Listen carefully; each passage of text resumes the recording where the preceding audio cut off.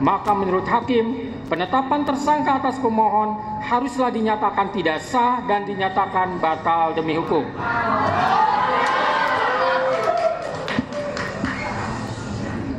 Menimbang bahwa berdasarkan pertimbangan di atas, maka alasan-alasan permohonan pra-peradilan yang diajukan oleh pemohon haruslah dinyatakan beralasan menurut hukum dan patut dikabulkan.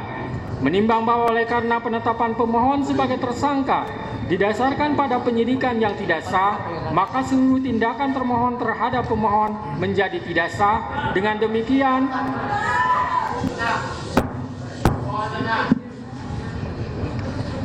Dengan demikian, petitum dalam permohonan pra-peradilan pemohon secara hukum dapat dikabulkan untuk seluruhnya. Menimbang bahwa oleh karena permohonan pra-peradilan pemohon telah dinyatakan dikabulkan untuk seluruhnya, maka biaya yang timbul dalam perkara ini dibebankan kepada negara. Memperhatikan Undang-Undang Nomor 8 Tahun 1981, Putusan Mahkamah Konstitusi Nomor 21/PUU 12 Romawi /2014 serta peraturan lain yang bersangkutan, mengadili 1. Mengabulkan permohonan pra-peradilan pemohon untuk seluruhnya. 2. Menyatakan proses penetapan tersangka kepada pemohon berdasarkan surat ketetapan nomor S/90/5 Romawi /Res 124/2024 Diskrimum tanggal 21 Mei 2004 atas nama Peggy Setiawan beserta surat yang berkaitan lainnya dinyatakan tidak sah dan batal demi hukum.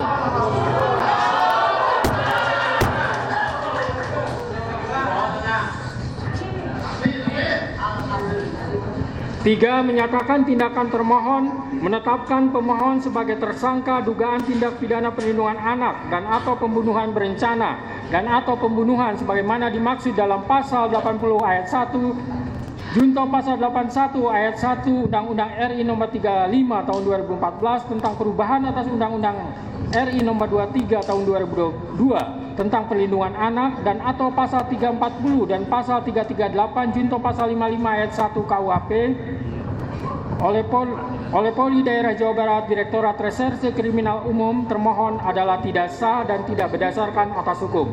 4. Menetapkan surat ketetapan tersangka nomor S/90/5 Romawi /Res 124/2024 Diskrimum tanggal 21 Mei 2004 batal demi hukum.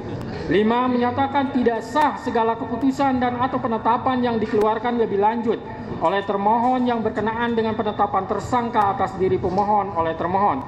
6. Memerintahkan kepada termohon untuk menghentikan penyidikan terhadap perintah penyidikan kepada pemohon. 7. Memerintahkan kepada termohon untuk melepaskan pemohon dari tahanan.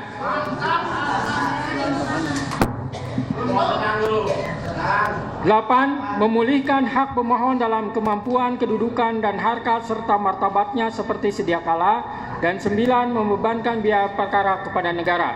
Demikianlah diputus pada hari ini Senin, tanggal 8 Juli 2024 oleh Eman Sulaiman sebagai Hakim Tunggal. Berdasarkan penetapan Ketua Pengadilan,